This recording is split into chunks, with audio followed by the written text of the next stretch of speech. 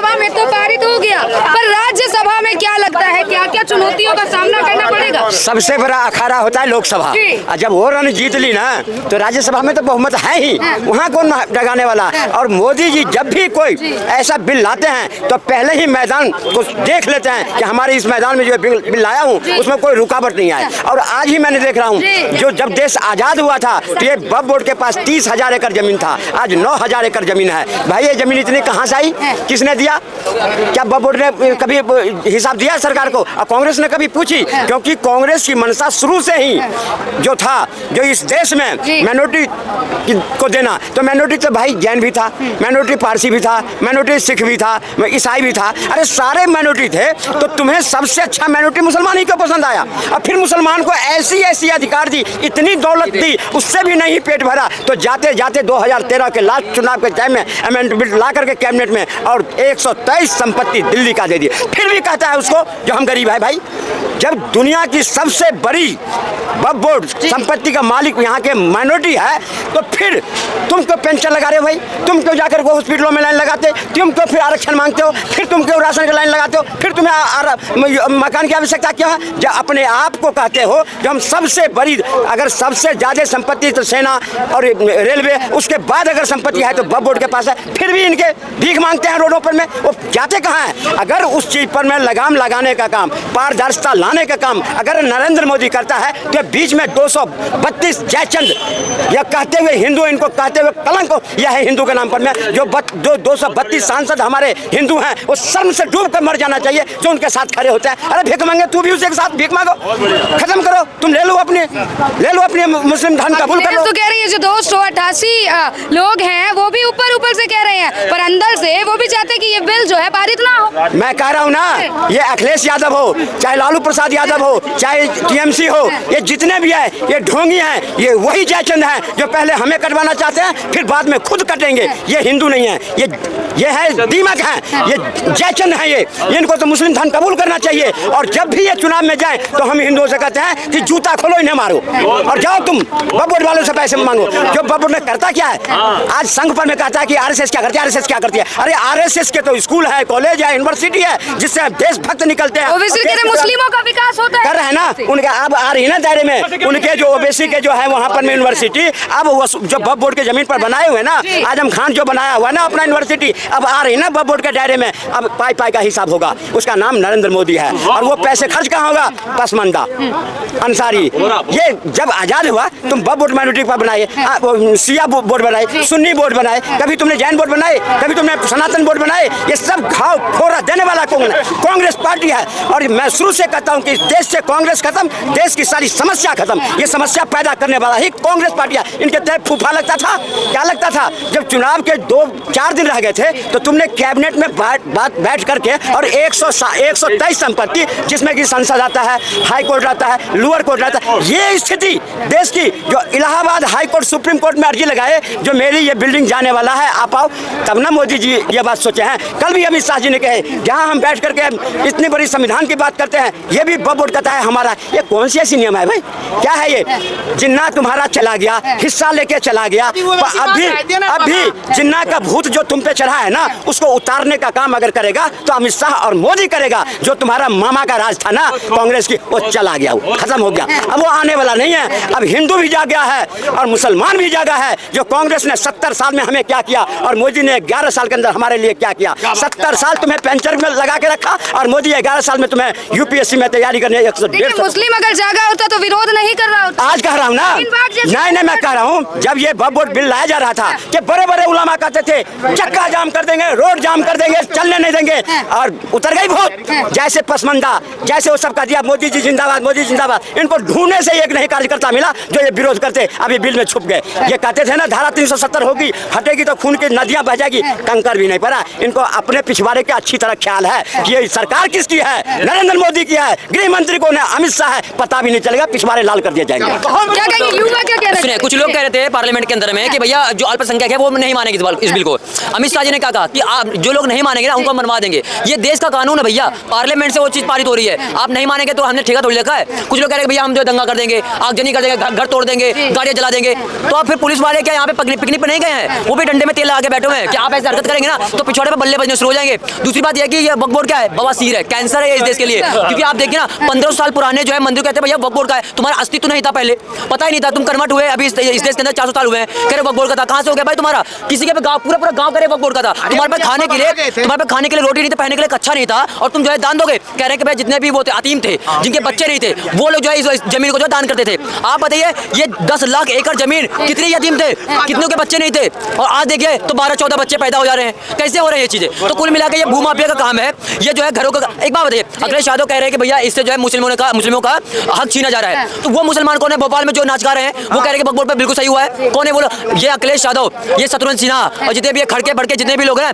ये वही लोग हैं जो इस देश के अंदर विकास नहीं होने देना चाहते, इस देश को आगे नहीं बढ़ने देना चाहते। क्योंकि ये लोगों का जो है जब से बीजेपी आई है तब से ये लोग जो है इस देश के अंदर लूटपाट नहीं कर पा रहे हैं, क्योंकि वो जो है दुकान बंद कर दी गई, अब विकास चालू हो गया। ये कांग्रेस का नीति थी कि भैया 4 करोड़ लोगों को मकान दिया जाएगा। किसने दिया है? बीजेपी ने। आप लोगों ने क्या किया? आप लोगों ने आप जाके देखिए कर्नाटक में, केरल में, तेलंगाना में, हिमाचल में, जहां आप जाके देखेंगे वक्फ बोर्ड को 100 करोड़ रुपए देने का काम किया है, और यहीं पे केजरीवाल ने 100 करोड़ रुपए दिया था। उसके बारे में किसी ने बोला? विकास के लिए पैसे मिलते हैं, जो भी चीजें होती है, ठीक है ना, आप उसमें नहीं काम करते, आप वक्फ बोर्ड को 100 करोड़ रुपए दे रहे हैं। एक बात बताइए, आज जितने भी वक्फ बोर्ड की जमीन है उसमें रोहिंग्या रह रहे हैं, आप जाके देख लीजिए जे कॉलोनी में बाहर के लोग रह रहे हैं, और अहमदुल्ला खान वहाँ के जो सांसद हैं वो लोगों को रख रखे हैं। तो ये सब चीजें देखने को मिल रहा है कि यहाँ पर रोहिंग्या को जब बसाया जा रहा है, उनको जो खाना पानी दिया जा रहा है, तो ये चीजें क्यों हो रहा है? हमारे देश को बर्बाद करने के लिए। तो अगर आबाद करना है तो बीजेपी को सपोर्ट करना पड़ेगा, तभी आगे बढ़ेगा, वरना ये चिरकुट जितने भी है ना, ये पूरे देश को दीमक की तरह खा जाएंगे। देखिए विपक्ष हमेशा कहता है कि भाजपा जो है धर्म की राजनीति कर रही है, और विपक्ष के ओवैसी की बात की जाए तो ओवैसी भी यही कह रहे हैं कि मुस्लिमों को दबाया जा रहा है, कहीं ना कहीं तो धर्म की राजनीति। मुस्लिमों को अगर दबाया जा रहा है तो ओवैसी साहब तो खड़े होकर वहाँ पे मंच में कहते हैं 15 मिनट, या ऐसे बोल नहीं पाते, और उन्हीं के मंच से पाकिस्तान के नारे भी लगते हैं, सबको पता है। और यही ओवैसी साहब हैं जो कहते हैं कि भैया जब ये योगी महाराज मठ में चले जाएंगे और मोदी जो है पहाड़ों में चले जाएंगे, तुम्हें कौन बचाएगा? तो किसको बोलना चाह रहे हो? हिंदुओं को धमकी दे रहे हो?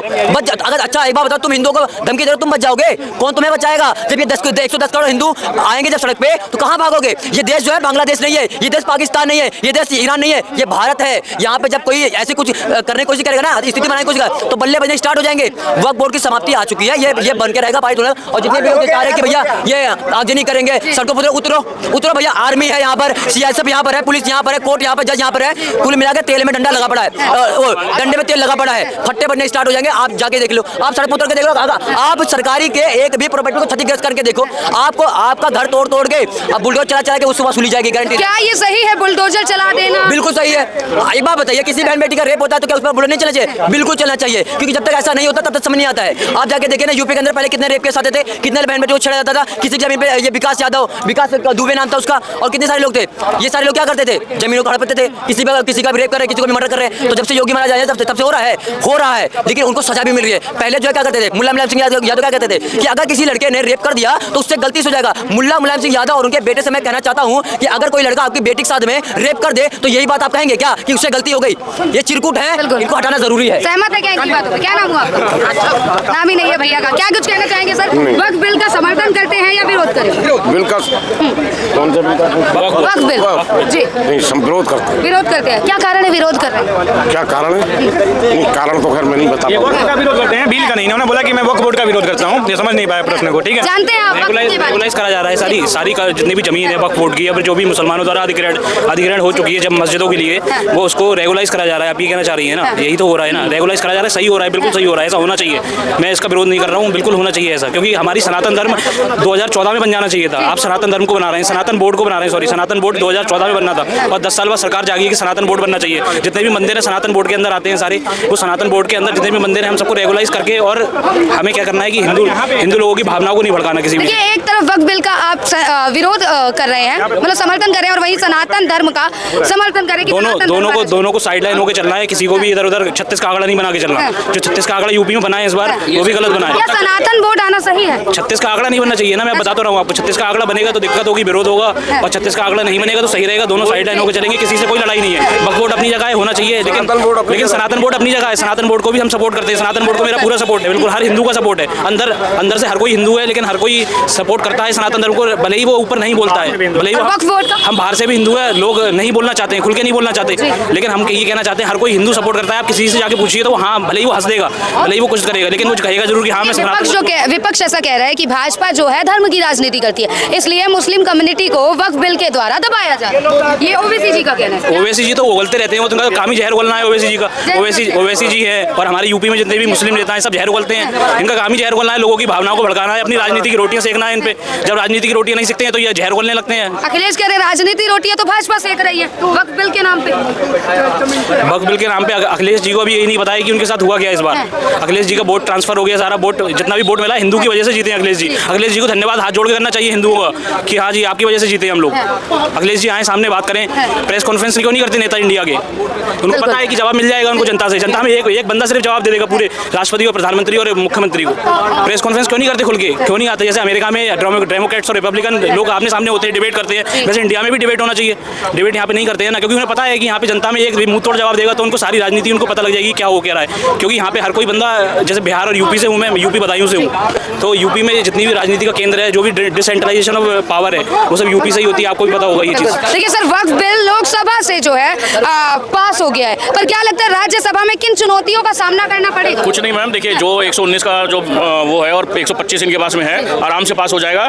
और देखिए बात क्या है ना कि वक्फ बिल को खत्म कर देना चाहिए था, मतलब ये जो है अमेंडमेंट नहीं करना चाहिए था। आज ये बताइए एक सनातन बोर्ड आ जाए और वो जितने भी मुस्लिम के एक सेकंड मुस्लिम के जितने भी यहाँ मस्जिद हैं या उनके घर बनाए हुए हैं उस पर दावा ठोक दे और बोले कि आप सनातन बोर्ड में जाइए और वहाँ पे केस लड़िए, तो उनके ऊपर में क्या फील होगा? यही चीज़ ये करते आ रहे थे हमेशा से। वक्फ बोर्ड में क्या कर रहे थे कि किसी का भी जमीन ले रहे थे और बोल रहे थे कि वक्फ बोर्ड ट्रिब्यूनल में जाओ, वो ट्रिब्यूनल से पास करो। और वहाँ पे बैठते कौन थे? 4-5 लोग जो थे वो मुस्लिम बैठते थे। आज वही चीज़ अगर सनातन करने लगे तो इनको समझ में आ जाएगा ना। नहीं, मगर सनातन नहीं कर सकता ऐसा। देखिए क्या है कि वक्फ बोर्ड में पहले क्या था कि कोई अगर अपना जमीन वक्फ करता था तो उसका डीड बनता था, उसका पेपर बनता था। मगर 2013 में जीतने के लिए कांग्रेस ने ये कर दिया कि वक्फ बाय यूजर, अगर पेपर नहीं है तो वक्फ बाय यूजर बोल दो इसको। और ऐसे कितने ये हैं क्या बोलते हैं प्रॉपर्टीज हैं, 1,22,000 कुछ की 1,32,000 जो ओवैसी ने बोला था, और उन्होंने बोला था कि इतने प्रॉपर्टीज हैं और 1,11,000 या कितना 12,000 के तो प्रॉपर्टी के पेपर ही नहीं है। तो यही सब चीज़ है देश में जो इतना है। मेरे हिसाब से ये जो सरकार ने गलत किया है अमेंडमेंट करके, इसको खत्म कर देना चाहिए था। अगर देखिए 10 साल 15 साल लगता है एक इंसान को अपना घर बनाने में, और वक्फ बोर्ड बोल देता है कि हमारा जमीन है, इसीलिए सेक्शन 40 को कल निरस्त कर दिया गया। सेक्शन 40 यही है कि सेक्शन 40 में किसी का भी कुछ भी हो, वो सीधा बोल देते कि ये वक्फ की प्रॉपर्टी है। अंबानी का प्रॉपर्टी बोल देते थे कि ये वक्फ का है। इलाहाबाद हाईकोर्ट बोल देते थे ये वक्फ का है। इलाहाबाद हाईकोर्ट को किसने वक्फ किया था ये बताइए? 1500-1600 साल पुराना जो मंदिर है, एक पूरा गांव है, उसको बोल दिया गया था कि ये वक्फ की प्रॉपर्टी है। अरे भाई कहां से वक्फ की प्रॉपर्टी है? क्या है? अरे 1400 साल पुराना तो इतिहास है इस देश में। देखिए आप संशोधन की बात मतलब खत्म करने की बात करें, यहाँ तो संशोधन में ही इतना विरोध हो रहा है। लोकसभा में लगभग आधी सीटें उनके विरोध में। यही तो बात है ना कि ये जो दोगले हिंदू जो बैठे हुए हैं वहाँ पे 39, मेरे ख्याल से 39 सिर्फ मुस्लिम है उसमें, और वो विरोध कर रहे हैं। उनका विरोध समझ में आता है कि वो विरोध कर रहे हैं, वो आंख बंद करके विरोध कर रहे हैं। मगर ये जो हिंदू लोग जो उसका समर्थन कर रहे हैं, कांग्रेस कर रही है, आरजेडी कर रही है। आरजेडी मैं बता रहा हूँ आपको कि वही लालू प्रसाद यादव वो बोल रहे थे कि डाक बंगला चौराहा जो पटना में है वहाँ पे वक्फ किया गया है, वहाँ पे वक्फ ने मुस्लिम समाज ने उसको कब्जा कर रखा है गलत तरीके से। मगर आज तुष्टीकरण की राजनीति करनी है उनको, इसीलिए वो कुछ बोल नहीं रहे हैं। आज लालू प्रसाद यादव और वक्फ का अमेंडमेंट को वो विरोध कर रहे हैं। मगर ऐसा देखिए विरोध करना नहीं चाहिए। आज ये क्या है, मैं तो समझता हूँ कि सरकार जो कर रही है ये बहुत ही गलत है। मेरे को नहीं समझ में आता है ये अमेंडमेंट किस लिए कर रही है। देखिए बहुत सारा चीज है, जैसे ट्रिपल तलाक देख लीजिए, थोड़ा सा पीछे चलिए। ट्रिपल तलाक में किसको बेनिफिट था? मुस्लिम महिलाओं को बेनिफिट था, मगर उसका भी विरोध कर रही थी मुस्लिम समुदाय ही ऐसी है। आज वो उनको बोल दीजिए कि रोड पे नमाज नहीं पढ़ेंगे, बोले नहीं हम तो रोड पे नमाज पढ़ेंगे। बाहर में विदेश में $3,000 का जुर्माना है, वहां पे नहीं पढ़ेंगे। क्यों? यहाँ पे बात क्या है कि लॉ सख्त नहीं है। अगर लॉ सख्त होता तो यहाँ पे कोई किसी का हिम्मत नहीं होता कि कोई आगजनी करे, कोई उतर कर बस में आग लगाए। यहाँ भी लोग करते हैं क्योंकि देखिए इस देश से प्यार नहीं करते वो लोग। उनको यही मतलब है सिर्फ कि हमारा कौम और इंडिया पे कैसे राज करें। और देखिए आप कह रहे 3 तलाक के फैसले से मुस्लिम जो है खुश है, पर आज भी ये सुनने को मिलता है कि मुस्लिमों के निजी लाइफ में हस्तक्षेप कर रही है भाजपा सरकार। हस्तक्षेप करती है आइए। देखिए ऐसा कुछ भी नहीं है, ऐसा कुछ भी नहीं है कि हस्तक्षेप करिए। क्या चीज के लिए हस्तक्षेप कर रही है? अरे भाई उन्होंने ये बनाया, क्या बोलते हैं, लॉ बना के खत्म कर दिया, उसको एबॉलिश कर दिया। और क्या बीजेपी देगी? आप ये बताइए ना। देखिए आज तक किसी सरकार ने सोचा ऐसा कि हाँ ये करेगी? आज जब एल्यूमनी मिलने का था, शाह बानू को जो बोला गया, सुप्रीम कोर्ट ने बोला कि आपको एल्यूमनी मिलेगा, आपको जो आप जब तलाक ले रहे हैं तो आपको पैसा मिलेगा आपके हस्बैंड से। मगर राजीव गांधी ने क्या किया? उस समय वो थे संसद में बिल ला करके इसको ओवरटर्न कर दिया, सिर्फ मुस्लिम समाज को खुश करने के लिए। ये देश पहले 2014 के पहले एक आंशिक मुस्लिम देश था। मगर वही बोल रहे हैं कि 2014 के बाद मोदी जी आए, उसके बाद से देखिए ये सारा कुछ बंद होगा। आज देखिए यूसीसी भी लाना बहुत जरूरी है। आज अब लोग बोलते हैं कि इतने साल क्यों हो गए, इतने साल क्यों लग गए। अरे भाई जब उनका नंबर नंबर आया, देर आए दुरुस्त आए, कोई बात नहीं। आज यूसीसी लाना है, मैं तो समझता हूँ कि यूसीसी भी कल आ जाना चाहिए, यूनिफॉर्म सिविल कोड। यहाँ पे 10-10 बच्चे, 15-15 बच्चे इन लोग पैदा करते हैं और उसके बाद में बोलेंगे कि हमें सरकारी नौकरी का ये सरकारी सुविधाएं चाहिए। देखिए वक्फ बिल जिन मुस्लिमों के लिए लाया गया वही मुस्लिम विरोध कर रहे हैं, कह रहे हैं धरने प्रदर्शन करेंगे।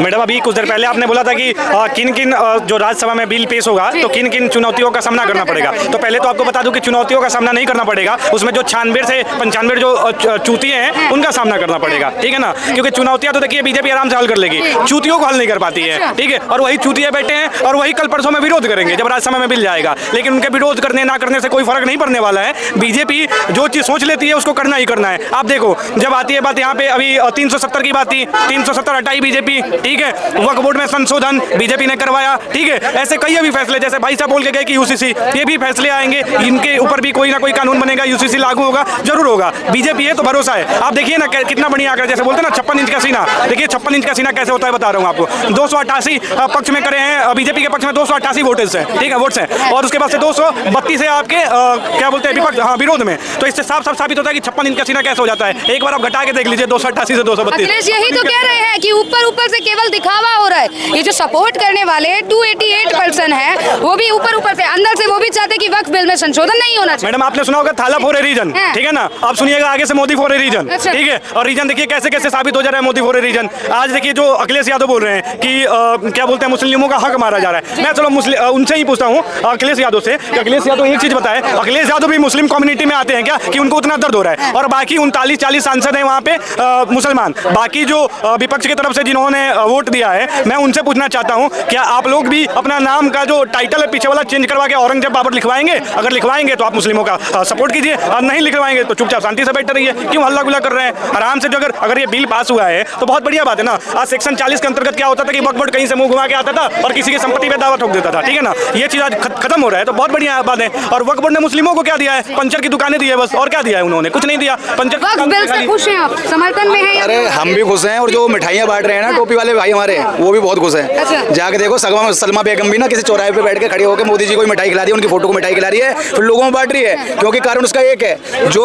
वक्फ बोर्ड जो सीधा सीधा कहा जाए काला कानून और काला बोर्ड है, जिनने ना जाने कितने लाखों एकड़ की जमीन को इस देश में घेर के रख रखा है, जिन्हें जमीनों पे कम से कम मैं कहता हूँ कॉलेज बन सकते थे, अच्छे हॉस्पिटल बन सकते थे, अच्छे विद्यालय बच्चों की पढ़ाई के लिए बन सकते थे, उन्हें अपने बाप की बतौती समझ के ऐसे घेर के रख दिया जैसे इनका बाप इनका सिग्नेचर करके साइन करके इनके नाम करके चला गया हो। अब इस देश में लेकिन ऐसा कुछ चलेगा नहीं। अब साफ साफ शब्दों में कह दिया जाए कि पहले स्पीड ब्रेकर पे जो हरी चादर डाल दी जाती थी और उसे मजार का नाम देके वक्फ बोर्ड वाले कह देते थे कि हमारी है, अब उसे हमारी कहने से पहले आपको पहले सरकार का सामना करना पड़ेगा, तब जाकर तुम हमारी और तुम्हारी कर पाओगे, उससे पहले आप बिल्कुल नहीं कर पाओगे। इसीलिए तो ओवैसी कह रहे हैं कि उनके निजी मामलों में दखल दिया जा रहा है। ओवैसी सिर्फ कहते हैं होता उनसे कुछ है नहीं, ठीक है। सीधी भाषा में कह दूं, ओवैसी 2 कौड़ी का व्यक्ति है जिसका सम्मान हम जैसा सनातनी और हमारी जैसे मानसिकता के लोग हैं उसका सम्मान हमारे पैर की जूती भी नहीं करती है, ठीक है। और लोगों की तो बहुत बात की बात है, ओवैसी जैसे लोगों की कोई वैल्यू नहीं है आज की डेट में। जो भारत का सच्चा मुसलमान है, जो अब्दुल हमीद और अब्दुल कलाम जैसे लोगों को अपना आदर्श मानता हो, वो हमेशा से ओवैसी जैसे मुसलमान का सम्मान नहीं करता, विरोध करता हुआ है।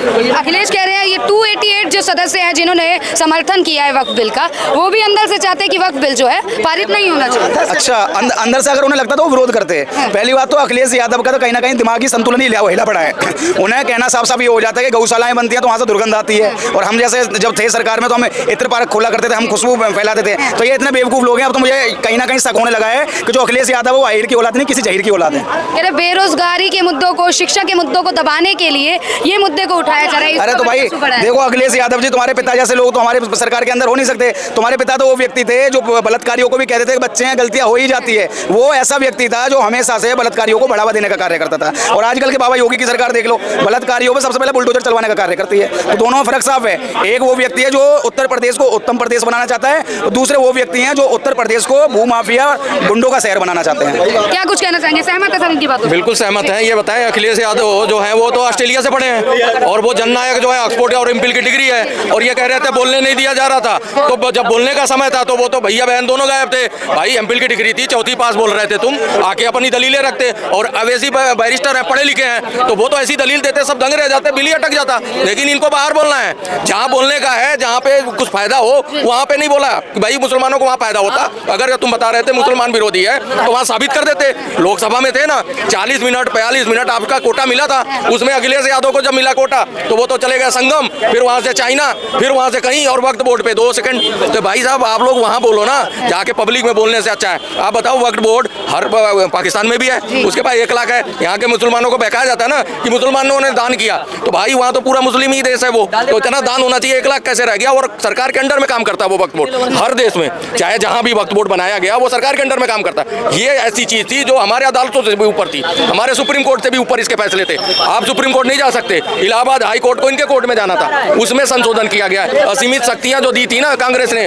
आके बताती ना कि ये इसलिए दी थी, क्यों नहीं डिफेंड किया, क्यों नहीं जननायक आए, उन्होंने क्यों चमचों को करा? और चमचों को खास करके सुनना चाहिए कि भैया चमचों ये बताओ तुम अपने जननायक को कब तुमने ऐतिहासिक कोई भाषण तुम्हारे को याद है जो इतने टाइम से टिल 2014 से 4 से सांसद है, कौन सा ऐसा उनका ऐतिहासिक भाषण संसद में सुना है जो तुम कहते हो 4 मिनट 10 मिनट 15 मिनट मेरे को बोलने दो और मैं मोदी दी दंग रह जाएंगे? तो अरे भैया बोलो ना, 15 दिन संसद चली, तुम गायब हो गए, वियतनाम चले गए, जब संसद ठप हो गई तुम आ गए और फिर कहने मेरे को बोलने नहीं दिया जा रहा है। अरे भाई तुम्हें तो बोलने के लिए अमित शाह जी नंगी तार अपने दांत से झील के लगा दे। 4 करोड़ घर बने, 4 करोड़ घर बनवाए, 1 करोड़ 75 लाख भैया मुसलमानों के घर बने। ठीक है, अगर वक्फ बोर्ड, एक आप बात बताओ, अगर ये वक्फ बोर्ड को इतना दान करते हैं, वो जो आड़े बाड़े कंगले जो 1 करोड़ 75 लाख घर लेके बैठे हैं वो कौन है फिर?